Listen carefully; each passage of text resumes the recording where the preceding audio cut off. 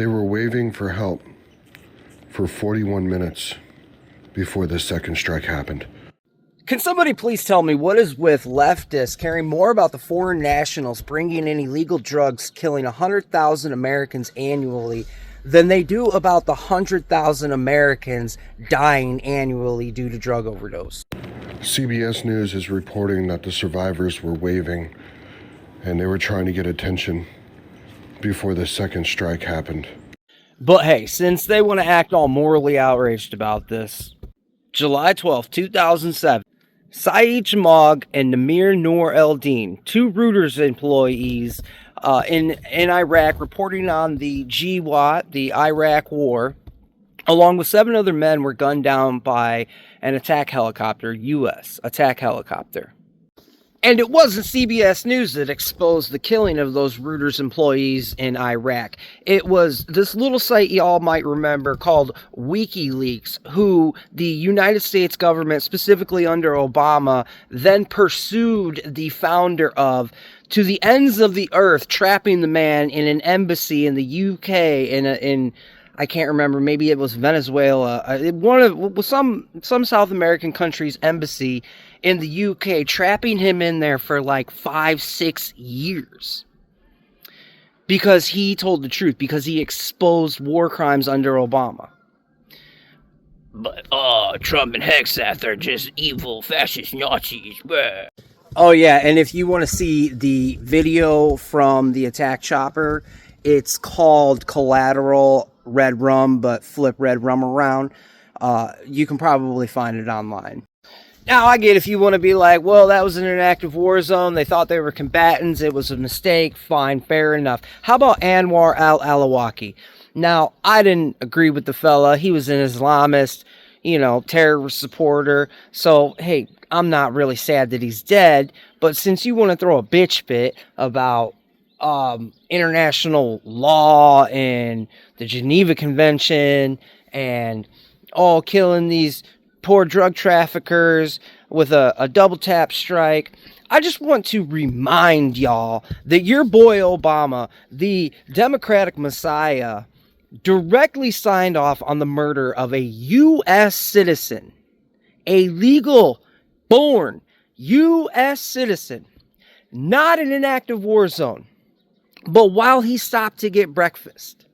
And y'all still rolling him out like he's somebody that we should look up to and praise and aspire to be like, when the fact of the matter is he did far worse than what you're throwing a whole bitch fit about right now with Hegseth taking out these dudes in these boats. Like, you're fine with Obama killing American citizens without trial. You're fine with 100,000 American deaths due to drug overdose a year, but you're mad about a handful of Venezuelan boaters that got smoked while they were clinging onto a boat. Make it make sense. This all but confirms this is a war crime. There's a direct equivalent to this to Yahtzee Commander Student. He was notorious for firing again after Allied soldiers had their hands up. Student was tried and convicted at Nuremberg, and his sentence was carried out. It's also not good when your administration has a direct equivalent historically with Yahtzee Germany. This is why the United Kingdom stopped sharing intelligence with us about the Caribbean. They've seen this historically, and now we're doing the same thing. If you left a dog out there for 41 minutes, clamoring to the side of a boat, you would be accused of animal cruelty. These are human beings.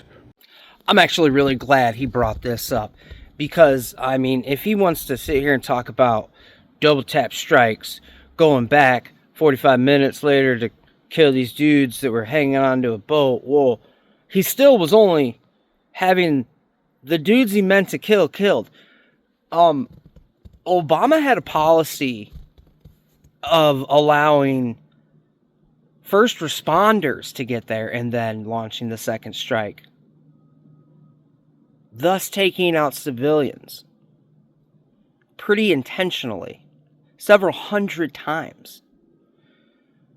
But they want to argue somehow that's not a legal precedent for them because maritime law differs, and it all just kind of sounds like it's cool when they do it, it's a problem when I do it type shit. The law of armed conflict is what separates us from the Yahtzees. I think Pete Hegseth is going to get impeached for this. In fact, impeachment articles are already coming from a Democrat in Michigan. Impeach and convict Pete Hegseth. Oh, I guess we're going to end this with something like a meta-analysis in response to the law of armed conflict is what separates us from the animals. No, sir. The law of armed conflict is an illusion that we created. It's essentially what we use to justify war reparations in the modern era. The fact of the matter is we're talking about a activity, I guess we'll call it, in which the goal is to kill the other side, literally. Not a game. End. Permanently. Annihilate. Destroy. The law of armed conflict is an illusion. It's a lie that we use to cow other nations into, behaving the way that we would prefer, lest there be consequences. And, for him to sit here and act like, oh, that's the most significant thing in the world is, it's a bit silly considering that there are several conventions and treaties that the United States has refused to sign on to because we don't see it as fitting our strategic agenda. All of this is illusion. The argument, the outrage, international war law, all of it. All of it rests entirely on a power, on the ability to exert power, force, violence. That is the basis for all law. You say, oh no, it's morality. No. It's the monopoly of force by the state. That's what creates law. That's what maintains law. Without that monopoly on force, the law would mean nothing. Morality would be nothing more than philosophizing. It is only a reality or a simulacrum today because of the technology and the monopoly of force held by our government. So this whole, it's a war law thing, blah, blah, blah. Did this guy forget that we nuked Hiroshima and Nagasaki? 80,000 dead in a flash. Mostly, almost pretty much entirely civilians. And now, you can make the argument that at that point in the war, Japan had shifted to a total war stance in which every civilian was expected to resist in combat, kinetically, down to the last man, woman, and child. And fair enough. I'm not a critic of the nuking of Hiroshima and Nagasaki. It's not even the worst thing that we did in World War II. The firebombing of Dresden and Tokyo caused more damage, but they don't talk about that because it wasn't as big of a spectacle. Anyways, I'm getting off point. This guy seems to forget that it was a Democratic president that did that. But now they're sitting here clutching their pearls over a couple of drug traffickers that are contributing, like I said, to the death of 100,000 Americans a year